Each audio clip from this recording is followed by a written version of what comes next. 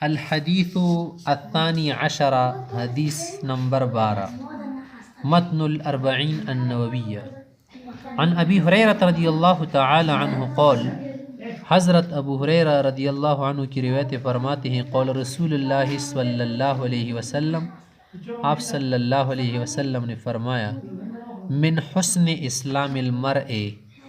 آدمی کے اچھے اسلام کی علامت اور آدمی کا بہترین مسلمان ہونا یہ کب ہوتا ہے؟ ترکہ ما لا یعنیہ،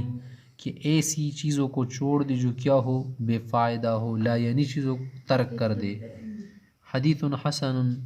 حسن حدیث رواہ الترمذی وغیرہ، ہکذا امام ترمذی رحمہ اللہ اور دیگر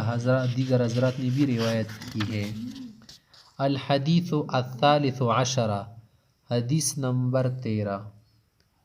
عن ابی حمزہ انس بن مالک رضی اللہ عنہ خادم رسول اللہ صلی اللہ علیہ وسلم عن النبی صلی اللہ علیہ وسلم قول،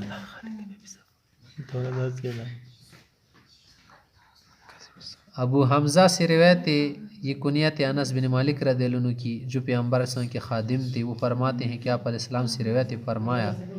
لا یؤمن احدکم، تم میں سے کامل ایمان والا آدمی نہیں ہوگا جب تک حتی یحب لاخیہ ما یحب لنفسہ، جب تک دوسروں کے لیے وہ کچھ پسند نہ کرے جو خود کے لیے پسند کرتا ہو، یعنی جو چیز وہ اپنے لیے پسند کرتا ہے نا وہ کیا کرے؟ دوسروں کے لیے بھی پسند کرے، تب یہ کامل مومن ہوگا۔ رواہ البخاری و مسلم، بخاری اور مسلم شریف کی حدیث ہے۔ الحدیث الرابع عشر، حدیث نمبر 14،